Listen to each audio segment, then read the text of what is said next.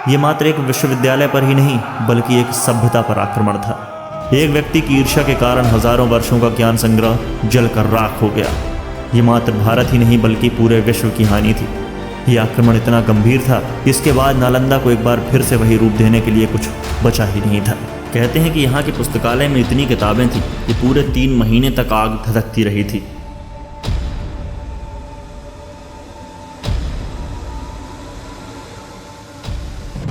नमस्कार दोस्तों, स्वागत है आपका सुनहरा भारत हिंदी यूट्यूब चैनल में।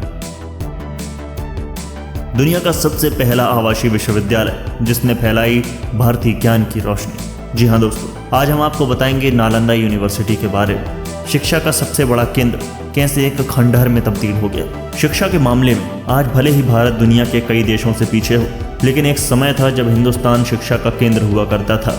दुनिया के सबसे पुराने शिक्षण संस्थानों की बात जब भी आती है तो नालंदा विश्वविद्यालय का नाम सबसे ऊपर आता है। भारत में ही दुनिया का पहला विश्वविद्यालय खुला था जिसे नालंदा विश्वविद्यालय के नाम से जाना जाता था। प्राचीन नालंदा विश्वविद्यालय की स्थापना गुप्त काल के दौरान 5वीं सदी में हुई थी, लेकिन सन 1193 में आक्रमण के बाद इसे नेस्तो नाबूद कर दिया गया था।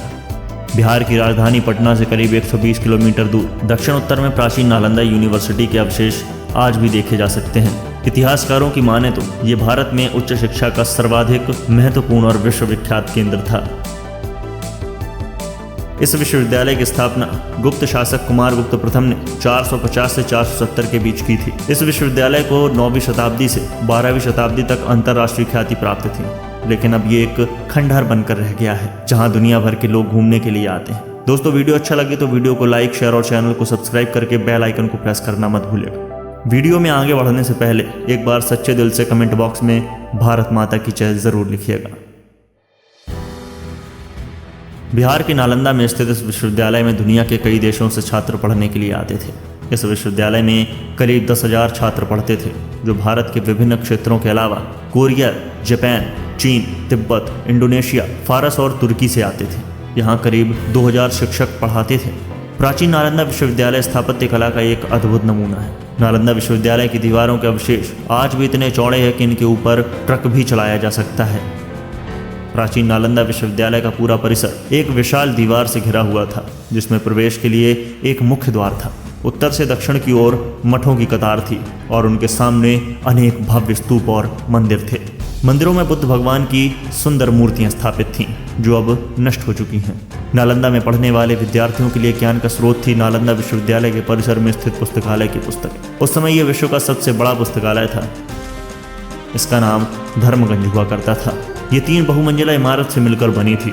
इन 3 इमारतों का नाम था रत्नासागर, रत्नोदधि और रत्नरंजक। इसमें लगभग 90 लाख पुस्तकों का संग्रह था। दोस्तों, सन 1199 में तुर्क आक्रमणकारी बख्तियार खिलजी ने इस विश्वविद्यालय को जलाकर पूरी तरह से नष्ट कर दिया था। हजारों की संख्या में रह रहे निहत्थे विद्यार्थियों की हत्या कर दी, जिसमें कईयों को तो जिंदा ही जला दिया। इसके बाद पुस्तकालय में भी आग लगा दी। कहते हैं कि यहाँ के पुस्तकालय में इतनी किताबें थीं कि पूरे 3 महीने तक आग धधकती रही थी। इसके अलावा उसने कई धर्माचार्य और बौद्ध भिक्षुओं को भी मार डाला था। ये मात्र एक विश्वविद्यालय पर ही नहीं बल्कि एक सभ्यता पर आक्रमण था।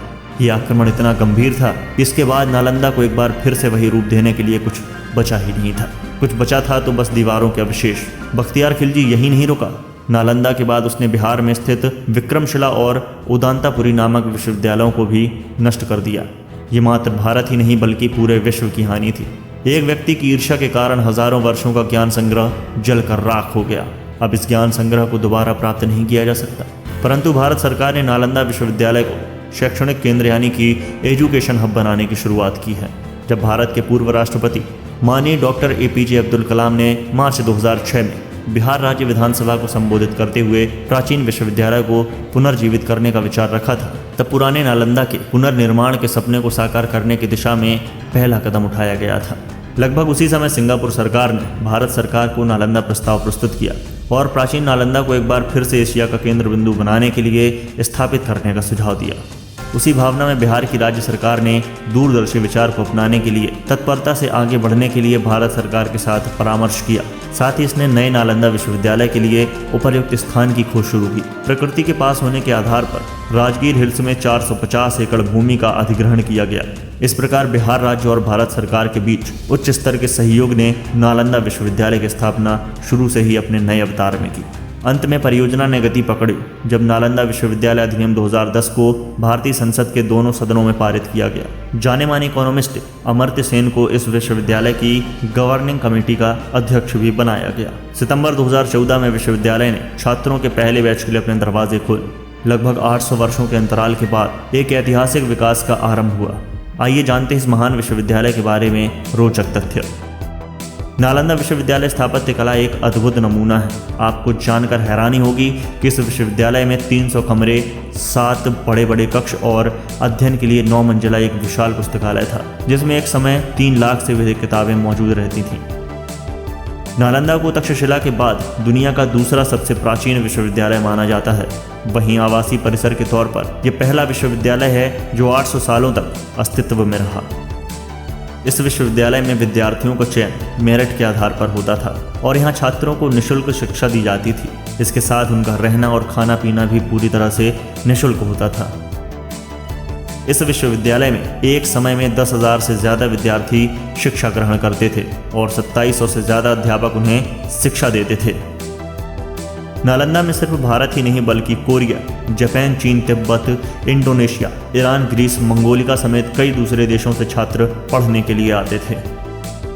इस विश्वविद्यालय की स्थापना का उद्देश्य ध्यान और अध्यात्म के लिए एक स्थान बनाने से था। ऐसा भी कहा जाता है कि गौतम बुद्ध ने कई बार यहाँ की यात्रा की और यहाँ पर रुककर ध्यान लगाया। इतिहासकारों के अनुसार नालंदा विश्वविद्यालय में एक धर्मगूंज नाम की एक लाइब्रेरी थी। इसका मतलब सत्य का पर्वत से था। लाइब्रेरी के 9 मंजिलों में 3 भाग थे, जिसके नाम रत्नरंजक, रत्नोदधि और रत्नसागर थे। नालंदा में छात्रों को literature, astrology, psychology, law, astronomy, science, warfare, इतिहास, maths, architecture, language science, economic, medicine समेत कई विषयों को पढ़ाया जाता था। इस विश्वविद्यालय में कई महान विद्वानों ने पढ़ाई की थी, जिसमें प्रमुख रूप से हर्षवर्धन, धर्मपाल, वसुबंधु, धर्मकीर्ति, आर्यवेद, नागार्जुन का नाम शामिल है।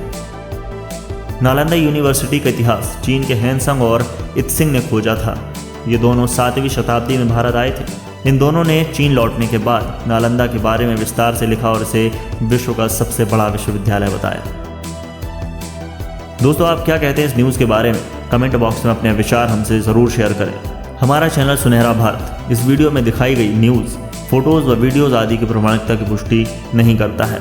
तो मिलते हैं फिर से एक नई वीडियो के साथ। तब तक के लिए धन्यवाद। वंदे मातरम।